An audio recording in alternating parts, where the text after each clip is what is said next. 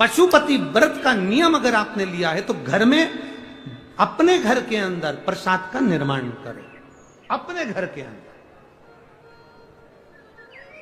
खीर बनाए, हलवा बनाए, मीठा चावल बना लो, मीठा भात बना लो, मीठी खीर बना लो, जो तुम बना सकते हो। मीठे का प्रसाद अपने घर में बनाओ। और पशुपति व्रत करने वाली माता इतना याद रखना कि कढ़ैया में, भगोनी में, पात्र में जितना तुमने बनाया है वो सारा की सारा मंदिर में जाना चाहिए।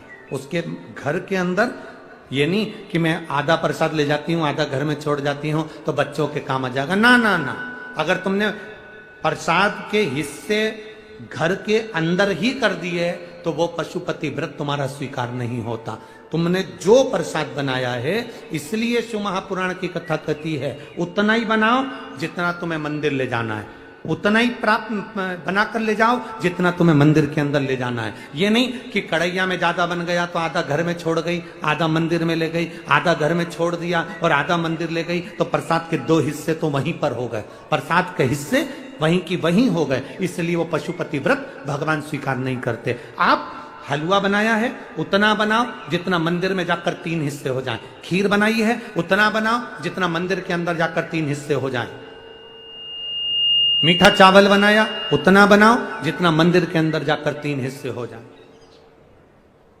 पात्र में रख कर नहीं जाना कि मेरे बच्चों के लिए रख जाती हूं, पति के लिए रख जाती हूं, परिवार वालों के लिए रख जाती हूं, तो वो 2 हिस्से हो जाएंगे। 2 हिस्से हो गए, फिर उस प्रसाद का कोई मतलब नहीं, उसकी कोई मूलता नहीं। कई माताएं कहती हैं हमने 2 बार पशुपति व्रत करा गुरुजी, भगवान ने हमारी क्यों नहीं सुनी। हम कहते हैं वो आए नहीं, सुबह हो गई, मेरी पूजा की थाली धरी की धरी रह गई। क्यों नहीं आए, कभी विचार करना, जरूर मेरी पूजा में कोई ना कोई कमी रह गई। हमारी आराधना में, हमारी साधना में, हमारी पूजन में जरूर कुछ ना कुछ कमी है। इसलिए मेरा विश्वनाथ, मेरा शंभु, मेरा महाकाल, मेरा वैद्यनाथ, मेरा कुबेर भंडारी तुम्हारी झोली भरने नहीं पहुंच पाया। कुछ कमी है हमारे विचारों में, हमारी सोच में, हमारे विश्वास में कमी जरूर है।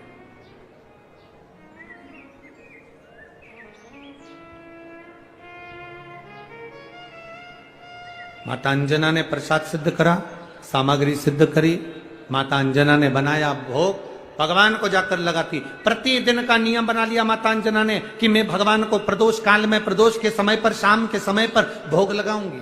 ये हमारे यहाँ शास्त्र सम्मत कहता है। शिव महापुराण की कथा आज भी कहती है महाराज, शंकर भगवान का चरित्र वर्णन करता है। पहले हमारे यहाँ सनातन धर्म में, हिंदू धर्म के अंतर्गत हमारे यहाँ पक्षी का दाना निकालते थे, मछली के लिए दाना निकालते थे, नदी में डालने के लिए, चींटी के लिए दाना निकालते थे। हमारे यहाँ गाय की रोटी निकालते थे, कुत्ता की रोटी निकालते थे। ये हमारे सनातन धर्म में जो चीजें चली आ रही हैं, ये कोई अलग नहीं है, इसको हमारे सनातन धर्म में लिया गया है। आज भी प्रदोष काल में शाम के समय अगर किसी वृक्ष के नीचे जाकर थोड़ा सा मीठा, थोड़ी सी कोई सामग्री हम अगर वृक्ष के नीचे समर्पित करते हैं तो उससे हमारे पितृ भी प्रसन्न होते हैं और हमारे कुल देवता भी प्रसन्न होते हैं और हमारी झोली भरते हैं। ये हमारा तत्व कहता है, ये हमारा सुख कहता है।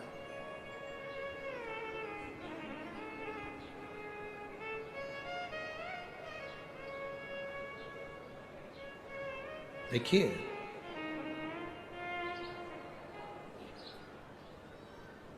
मांजना सामग्री सिद्ध करती हैं, बनाती हैं, जाती हैं शिवालय में, शंकर भगवान के मंदिर में, शिवालय में जाकर भोग लगाती हैं।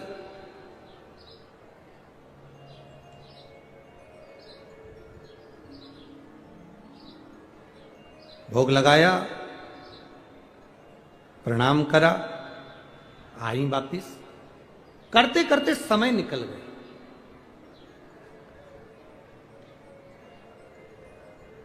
कई वर्ष निकल गए माता अंजना के ऐसे तप साधना करते हुए, ऐसे भोग लगाते लगाते। आप तो केवल 5 सोमवार पशुपति नाथ के व्रत में भोग लगाते हो तो तुम्हारे मन में आता है कि मैंने भोग लगाया, पर माता अंजना को कई वर्ष निकल गए केवल भगवान के मंदिर में, शिवालय में, शंकर की चौखट पर जाकर भोग लगाने में।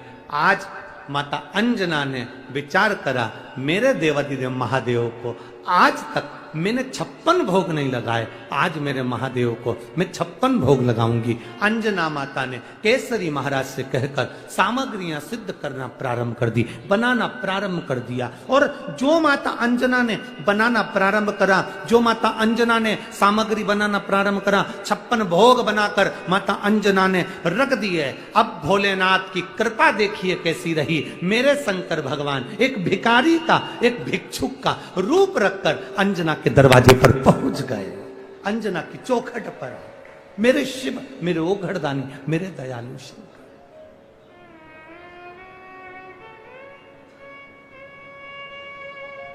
अब बूढ़े भिखारी का रूप रखकर, बूढ़े भिक्षुक का रूप रखकर दरवाजे पर पहुंचे, द्वार पर पहुंचकर अलख लगाई। और यही हमारा जीवन, यही हमारी सार्थकता।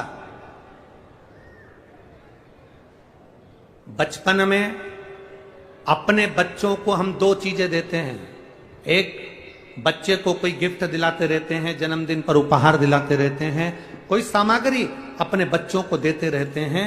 शिव महापुराण की कथा कहती है, अपने बच्चों को आप बचपन में उपहार दिलाएं ना दिलाएं चलेगा, पर शिव महापुराण की कथा कहती है अपने बच्चों को बचपन में हमारे सनातन धर्म के संस्कार जरूर दिलाएं, जिससे आने वाली पीढ़ियां संस्कारित बनती चली। आप उपहार दें ना दें,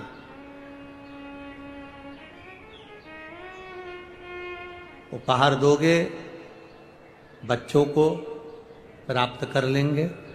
बच्चों को उपहार नहीं दिया तो बच्चे क्रोध करेंगे, रोएंगे, चलेगा। उपहार नहीं दोगे बच्चे रोएंगे, चल जाएगा। पर यदि संस्कार बच्चों को नहीं दिए तो बच्चों को भी रोना पड़ता है और माता पिता को भी रोना पड़ता है। इसलिए संस्कार बहुत जरूरी है, बहुत जरूरी। हम तिवारी परिवार को बहुत बहुत साधुवाद देते हैं, धन्यवाद देते हैं। पंडित श्री हरिचरण तिवारी जी को साधुवाद देते हैं कि आपने अपने ये बच्चों को, आशीष तिवारी जी को जो संस्कार दिए हैं उसके लिए बहुत बहुत साधुवाद, जिससे ये शिव महापुराण की कथा आप और हमको श्रवण करने को मिल रहा है। ये संस्कार होना चाहिए बच्चों को।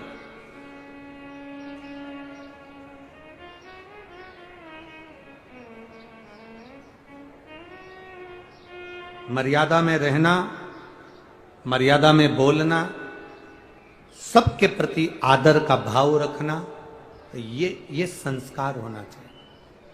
आप उपहार दें ना दें, उपहार नहीं दोगे बच्चा बचपन में रोएगा, चलेगा। पर यदि संस्कार नहीं दिए तो बच्चा बड़ा होकर रोएगा और साथ में माता पिता को भी रोना पड़ेगा। बच्चों को वो संस्कार दीजिए जिससे हमारी भी जिंदगी सार्थक बन सके, हमारा जीवन सार्थक हो सके। कितना कितना विचित्र काम है। जरा देखिए, पांडवों को जो संस्कार मिले और कौरवों को जो संस्कार मिले, दोनों में अंतर था महाराज, बहुत बहुत श्रेष्ठ संस्कार हमारे। अंजना माता ने भोजन बनाकर 56 भोग तैयार कर कर लेकर शिवालय की ओर जाने ही वाली थी कि सामने देवाधिदेव महादेव एक भिक्षुक का रूप रखकर, एक भिखारी का रूप रखकर मेरे देवाधिदेव महादेव सामने आकर खड़े हो गए। आवाज लगाई, अलख जगाई, माता बहुत भूख लग रही है, माँ कुछ दे दो ना। अंजना माता ने सोचा बाबा आया है, एक काम करती हूँ कि इसको बिठा देती हूँ, इसके पत्तल लगा देती हूँ, इसको भोजन करा देती हूँ, उसके बाद में मैं शिवालय चली जाऊं, उसके बाद में शिवालय पहुंच जाऊं। अब देखिए, बहुत बहुत सोचने वाला शब्द है ये।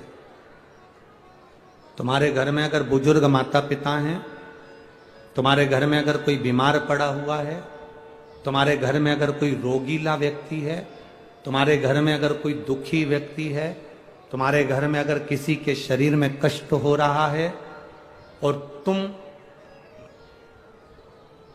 उसको छोड़कर तीर्थ गए हो, तुम उसको छोड़कर मंदिर गए हो, तुम उसको छोड़कर कथा में गए हो, तुम उस बूढ़े व्यक्ति को छोड़कर, उस शरीर से रोगीले व्यक्ति को छोड़कर, कष्टप्रद व्यक्ति को छोड़कर, तकलीफ में पड़े हुए व्यक्ति को छोड़कर, घर के बुजुर्ग को छोड़कर तुम अगर तीर्थ जा रहे हो, मंदिर जा रहे हो, देवालय जा रहे हो, कथा में जा रहे हो या शंकर के मंदिर भी जा रहे हो, तो तुम्हारा जाना निष्फल है, क्योंकि पहले घर में बुजुर्ग की सेवा, जो रोगीला व्यक्ति है उसकी सेवा।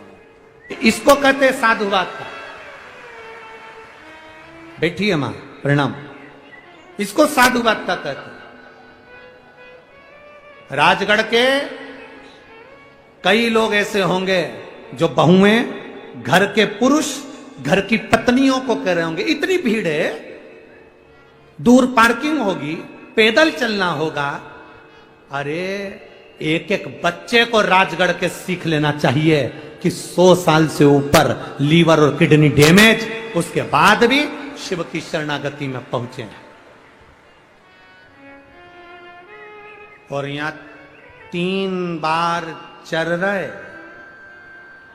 5 बार फैशन कर रहे, उसके बाद भी 5 किलोमीटर दूर है, गाड़ी बहुत दूर छूट जाती है, हमसे तो नहीं बने, हमसे तो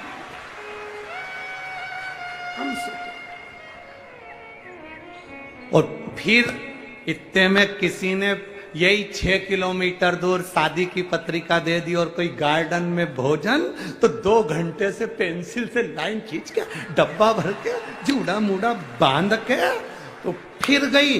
फिर तो किसी को भी नहीं देखे, दूर भी नहीं, फिर तो निपटा है।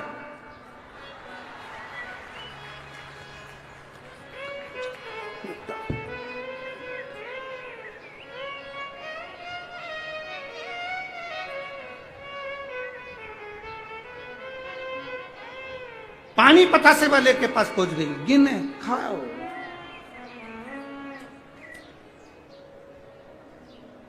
बोल रही मैंने तो 3 ही खाई। पति भी बोल रहा नागिन नागिन नागिन, तू तो खाए जा ना। आखिरी में शादी में पानी पतासे वाले ने भी 3 बार बाल को खुजाया, तब इसका ध्यान गया, हाथ बेकार हो गए, अब नहीं खाऊंगी, तब दिखाओ उसको, तो छोड़ा। सीखो। 100 साल से ऊपर की उम्र, 15 साल से लीवर डैमेज पेशेंट, चल फिर नहीं सकती थी।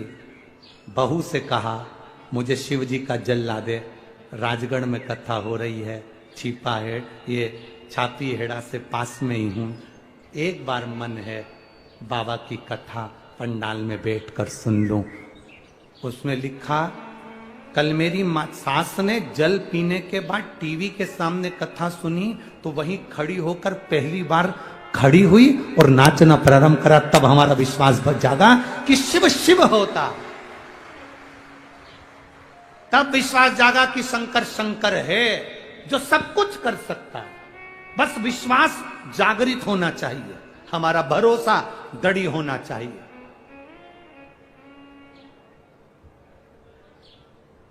एक भरोसा जागृत हो। हमने पहले भी कथा में कहा, आज फिर कहते हैं, सोने की रकम पहन कर आओगे तो तुम पर चोर की नजर होगी, तुम्हारी सुंदरता होगी तो लुच्चों की नजर होगी, और अगर गले में रुद्राक्ष और तुलसी की माला होगी तो महादेव की नजर होगी, महादेव की नजर। इसलिए निवेदन है, शिव महापुराण की कथा में आने वालों से हम प्रार्थना करते हैं, निवेदन करते हैं। कुबेरेश्वर धाम आने वालों से प्रार्थना करते हैं, महाकाल के मंदिर में जाने वालों से प्रार्थना करते हैं, काशी में जाने वालों से प्रार्थना करते हैं, शंकर के मंदिर में जाने वालों से प्रार्थना करते हैं, और शिव महापुराण में आने वालों से प्रार्थना करते हैं। अपने गले में, अपने तन पर सोने की माला पहनकर मत आओ, कोई कीमती सामान लेकर मत आओ, क्योंकि मेरे महादेव के लिए तो आप ही कीमत वाले हो, सोने की रकम कीमत वाली। मेरे महादेव के लिए आप कीमती हो, आप कीमत वाले हो।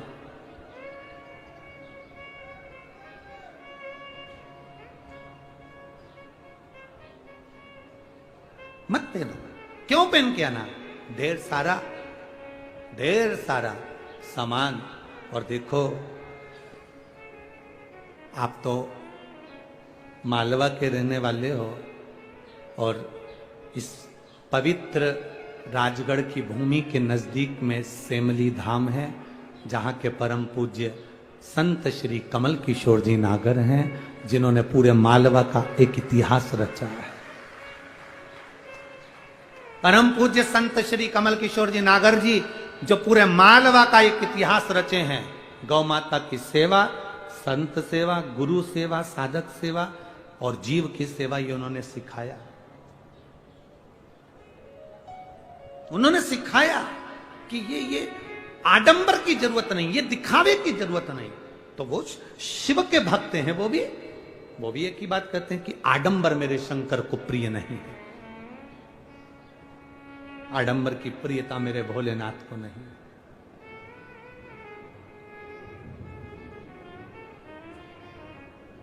ये जितना देखिए, कितने भी सुंदर बन जाओ ना, एक दिन ऐसा आता है कि काया धीरे धीरे ढलती चली जाती है। शरीर बूढ़ा होता है, व्यक्ति की ताकत बूढ़ी होती है, राज सत्ता भी बूढ़ी होती है, वैभव भी बूढ़ा होता है,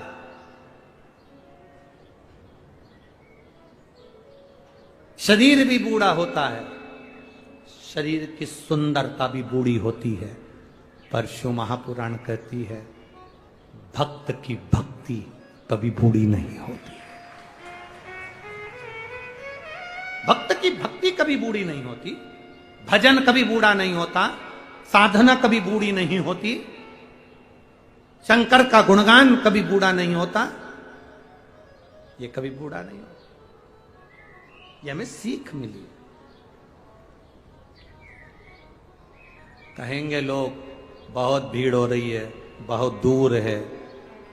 घर की माताओं को अपने अपने पतियों से कहना है और पतियों को पत्नियों से कहना है।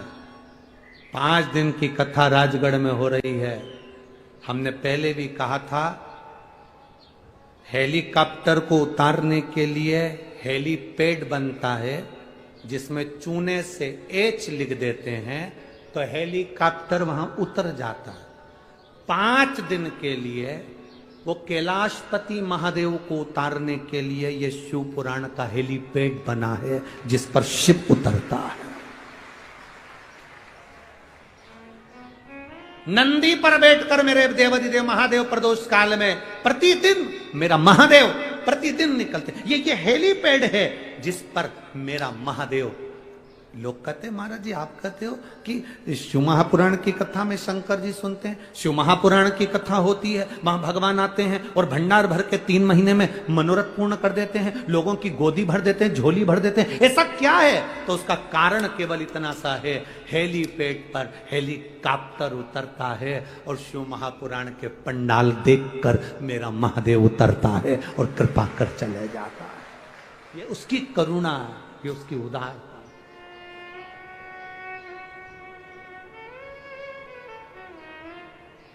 तो राजगढ़ वालों के कोई पुण्य प्रबल हुए होंगे,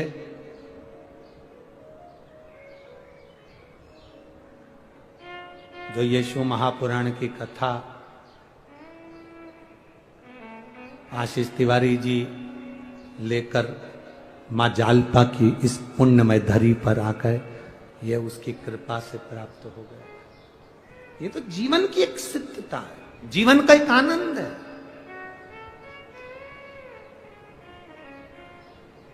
भक्ति को कम नहीं होने देना, विश्वास को कम मत होने देना, तुम्हारे भरोसे को टूटने मत देना। कोई कितना ही कहे, नहीं साहब 5 दिन की कथा है, मेरा शिव महापुराण छूटना ना चाहिए, मैं जाऊंगी शिव कथा सुन।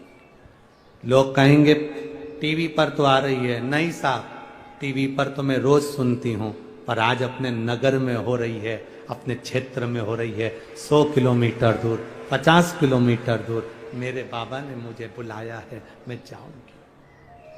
धन्यवाद दूंगा मैं इस क्षेत्र के। मैंने देखा फूलमाली समाज, यहां रास्ते में फूलमाली समाज भंडारा चला रही है। हमने रास्ते में देखा कई परिवार, कोई पानी पिला रहा, कोई कुछ कर रहा, कोई कुछ कर रहा। साधु कोई ने अपने ट्रैक्टर अपने अपने गांव में लगा दिए, चलो शिव कथा सुनने के लिए। कोई ने अपनी अपनी गाड़ियां डीजल डलवा कर लगा दी, चलो शिव महापुराण की कथा सुनने के लिए। साधु साधु। वास्तव में राजगढ़ राजगढ़ है और गढ़ है मां जालपा मैया का, इसलिए ये राजगढ़ सहज सरल और आनंदित। ये शिव तत्व है, इसमें शिव भक्ति है इसमें। और तेरी कृपा बिना न हिले एक भी। मां अंजना देवी 56 भोग बनाकर बैठी थी और बाबा भोलेनाथ बूढ़े का रूप लगकर, भिखारी का रूप रखकर मां अंजना देवी के सामने आ गए। मुझे भूख लगी है। अंजना माता ने पत्तल लगा दी बाबा को भोजन लगाने के लिए। बूढ़े बाबा भिखारी का रूप रखकर बोले, ये भोजन थोड़ी ना चाहिए, जो तुमने 56 भोग अंदर बनाए हैं वो भोजन मुझे ला कर दो।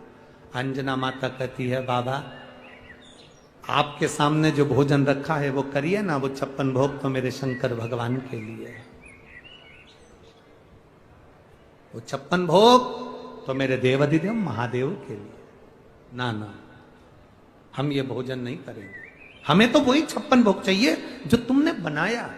कभी कभी पशुपति व्रत में बच्चे जिद पर अड़ जाते हैं, मां जो तू बना रही है मुझे वो ही चाहिए, जो तूने खीर बनाई वो ही चाहिए।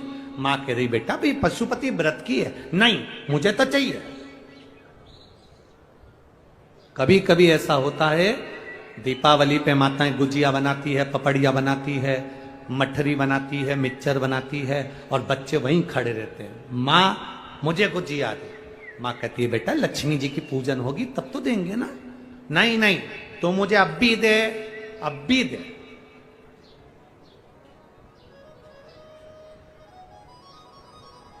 मां मना करती है, नहीं नहीं नहीं दे सकती, क्योंकि लक्ष्मी जी की पूजन नहीं हुई, अभी नहीं दे। ना मां मुझे तो दे। तब मां उलझन में फंस जाती है। तब मां एक काम करती है कि अब बच्चा जिद कर रहा है तो मां उस गुजिये में से कुछ गुजिये लक्ष्मी जी के भोग के लिए अलग रख देती है और उसमें से थोड़ा सा गुजिया निकाल कर बच्चे को दे देती है। पर मेरे भोलेनाथ जी जो दरिद्र का रूप, जो बूढ़े का रूप रखकर आए हैं, उन भोलेनाथ ने कहा ना, जितना 56 भोग तुमने अंदर बनाया है अंजना माता, वो 56 भोग मुझे चाहिए। अब तो अंजना माता को क्रोध आ गया, गुस्सा मां को आया और अंजना माता को क्रोध आया और अंजना माता ने कहा, बाबा आप कहें तो मैं दूसरा भोजन बनाकर आपको दे दूं, पर वो 56 भोग नहीं दे सकता, मैं वो 56 भोग नहीं दूं, वो तो मैंने देवाधिदेव महादेव के लिए बनाया। बूढ़ा बाबा भिखारी का रूप रखकर जो आए थे मेरे भोलेनाथ, वो रसोई घर के अंदर प्रवेश कर गए। रसोई घर के अंदर प्रवेश करे और जैसे ही रसोई घर के अंदर प्रवेश किया, प्रवेश करते ही 56 भोग उठाया मेरे देवाधिदेव महादेव ने, और उठाकर बाहर आंगन में लेकर बैठ गए। अंजना माता तो जल भरने गई थी, जैसे ही भोलेनाथ ने खुद हाथ से उठाकर 56 भोग मुख में लिया, अंजना माता को क्रोध आया। पर अंजना माता ने सोचा झूठा तो कर दिया, तो अंजना माता ने मन में विचार करा, हे महादेव, हे देवाधिदेव, हे भोलेनाथ, हे विश्वनाथ, मेरे शंकर, आप जहां हो इस संत के अंदर बैठकर आपका 56 भोग आप स्वयं खा लो। ये अंजना माता का, आपका 56 भोग आप स्वयं पाइए, आप स्वयं पा, ये भोग आप स्वयं लगाओ।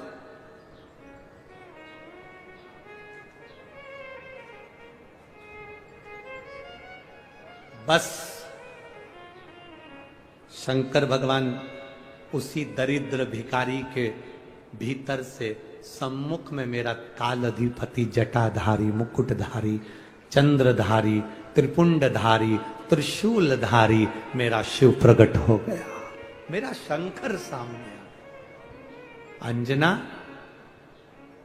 तेरा विश्वास मेरे प्रति बहुत है, क्या चाहिए बोल। अंजना कहती है मेरी संतान नहीं है, औलाद नहीं, औलाद नहीं।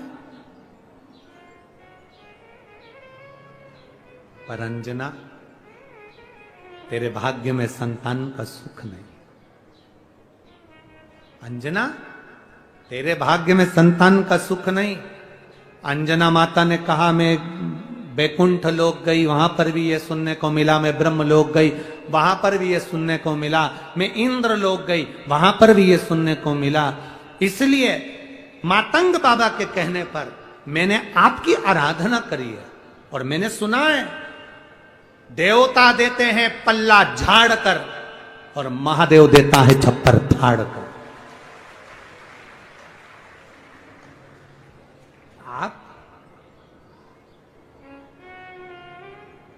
मुझे दोगे, ये मेरा विश्वास करता है, भरोसा करता है, ये मेरा भरोसा करता है, आप दोगे। और शिव जी कभी थोड़ा बहुत नहीं देते। भगवान कृष्ण के घर में जब औलाद नहीं हुई, भगवान कृष्ण के घर में जब संतान नहीं हुई, तब गर्गाचार्य बाबा के कहने पर अपनी रानियों के साथ बैठकर 11-11 दिन तक अनुष्ठान करे, तो भगवान शंकर ने एक एक रानी को 11-11 संतान दी। भगवान कृष्ण की 16,108 रानी की यहाँ 11-11 संतान हुई, 10 छोरे 1 छोरी, तो 1,77,186 भगवान कृष्ण के घर में बच्चे हुए। अब अंजना माता को भगवान, अंजना जी कह रही हैं प्रभु ब्रह्मा जी ने मना करा, सब ने मना करा, पर मेरा विश्वास कहता है, मेरे गुरु ने कहा है कि आप भाग्य को भी पलट देते हो, और आप जो देते हो छप्पर फाड़ कर देते हो। शंकर भगवान ने कहा अंजना तू चिंता मत कर, तू इतना विश्वास रखती है ना, अपने गुरु के वचन पर तूने विश्वास करा।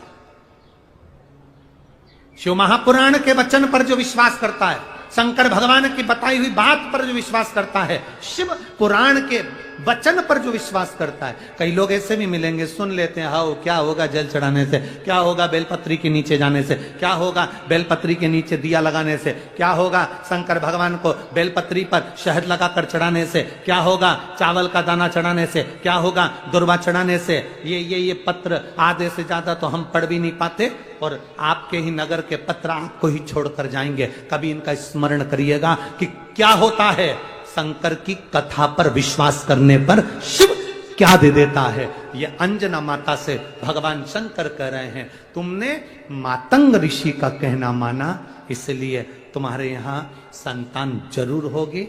मैं स्वयं अपने तेज को पवन देव के माध्यम से तुम्हारे गर्भ में भेजूंगा, और तुम्हारे गर्भ से जो संतान उत्पन्न होगी उसका नाम हनुमान होगा। हनुमान। पर अंजना सुनो, अंजना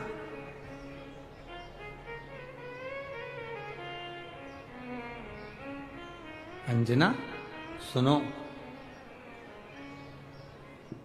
प्रथम बार में तुमने मुझको एक भोग ला कर दिया,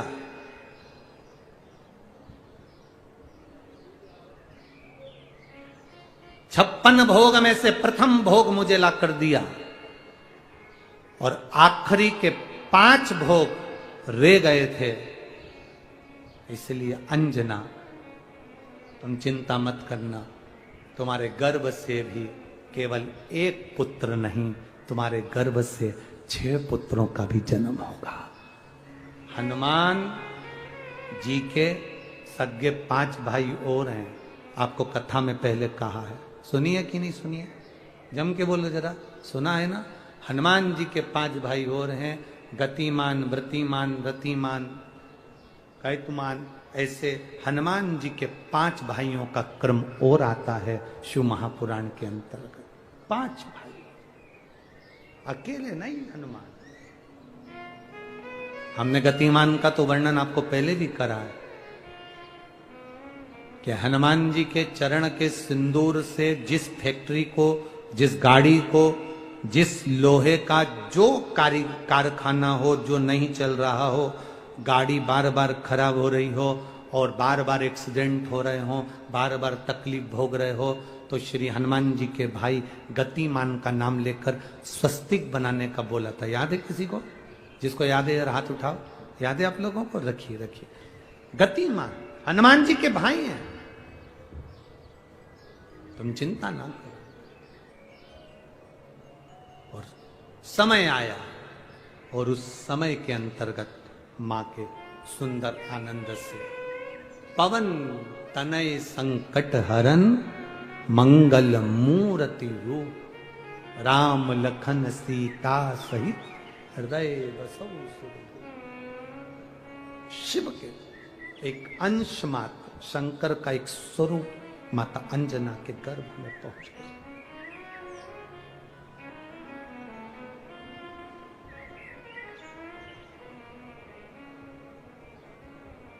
बस इस हृदय को, इस दिल को, इस मन को शिवालय तक ले जाना है।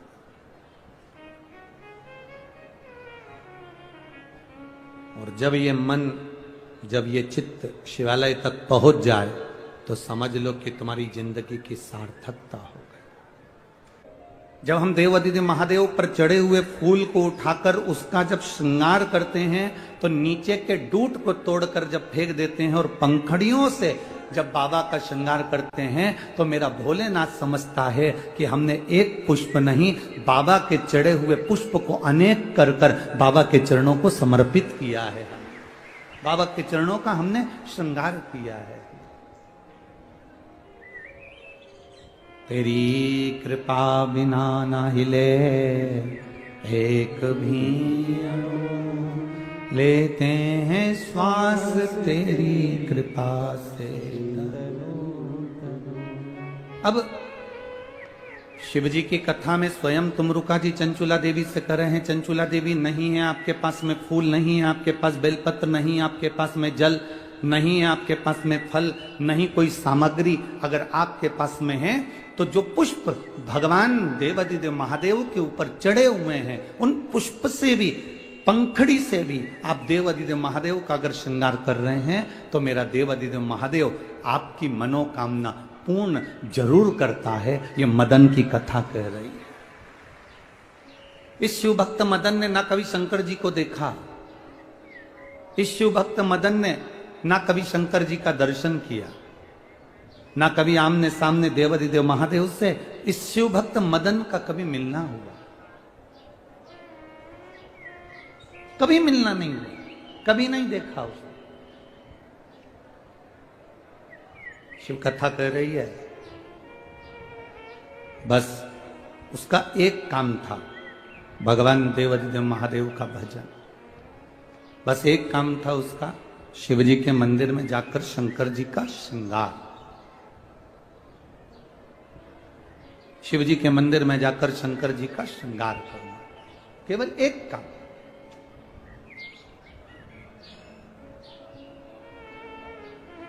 आप में से कितने लोग बैठे हैं जो शंकर जी के मंदिर में कभी कभी भी श्रृंगार कर देते हो? हाथ उठाओ जरा, बहुत सारे हो, कभी कभी श्रृंगार कर देते हो ना, ठीक ठीक, रखो रखो, रखिए। अब उसका फल देखिए। मदन की चर्चा पूरे नगर में फैल गई। मदन की चर्चा पूरे नगर में फैल गई कि मदन शिव का भक्त है, शंकर का उपासक है, शंकर की आराधना में लगा रहता है, शंकर के गुणगान में लगा रहता है।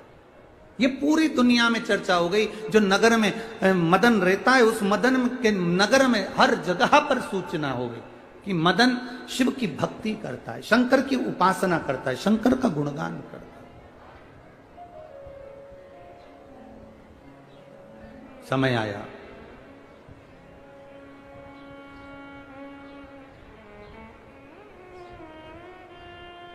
नगर के राजा को सूचना मिली,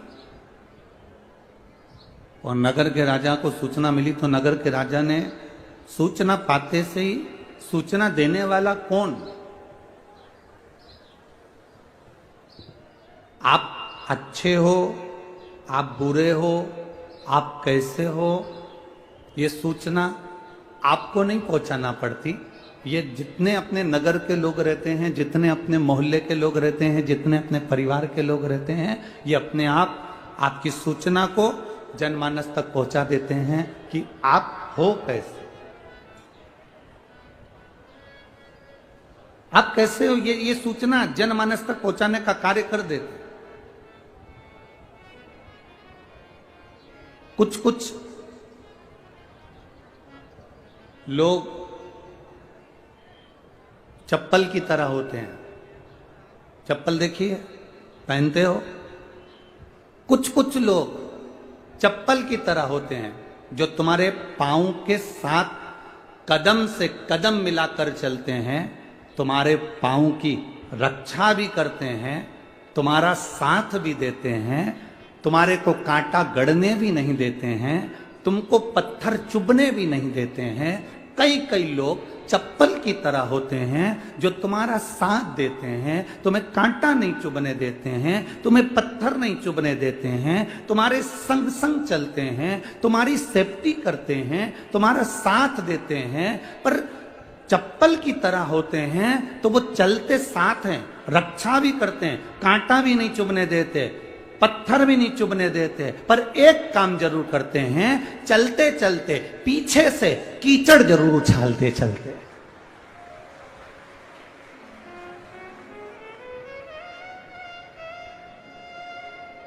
चप्पल क्या करती है, तुम्हारी सेफ्टी करती है, तुम्हें कांटा नहीं चुभने देती, तुम्हें पत्थर नहीं चुभने देती, तुम्हारा साथ देती है, कदम से कदम मिलाकर चलती है, तुम्हारा सहयोग करती है, सब कुछ करती है। पर चप्पल करती क्या है, आखिरी में चप्पल एक काम करती है कि हम जब चलते हैं तो पीछे से वो कीचड़ उछालती है, कीचड़ उछाल। कुछ कुछ की आदत ऐसी होती है, कुछ कुछ लोग संसार में ऐसे होते हैं जो तुम्हारे सामने कदम से कदम मिलाकर चलेंगे, तुम्हारा पूरा साथ देकर चलेंगे, तुम्हें लगेगा ये मेरे अपने हैं, ये मेरा साथ देने वाले हैं, ये मुझे कांटा नहीं चुभने देंगे, ये मुझे पत्थर नहीं चुभने देंगे। पर जब साथ चलते रहेंगे तो मालूम पड़ता है कि पीछे से वही कीचड़ उछालने का काम करते चलेंगे। इसलिए शिव महापुराण की कथा कहती है,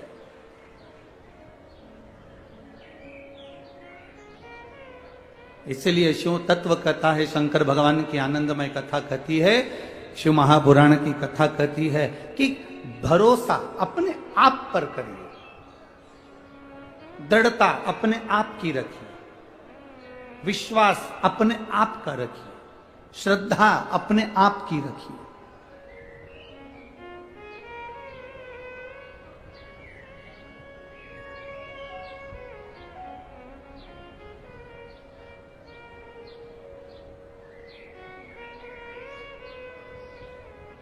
अखबार खोलो तो उसमें नीचे तीसरे या चौथे पेज में अखबार के आता है, शेयर मार्केट गिर गया। तीसरे या चौथे पेज पे हमेशा लिखा हुआ आता है, शेयर मार्केट गिर गया।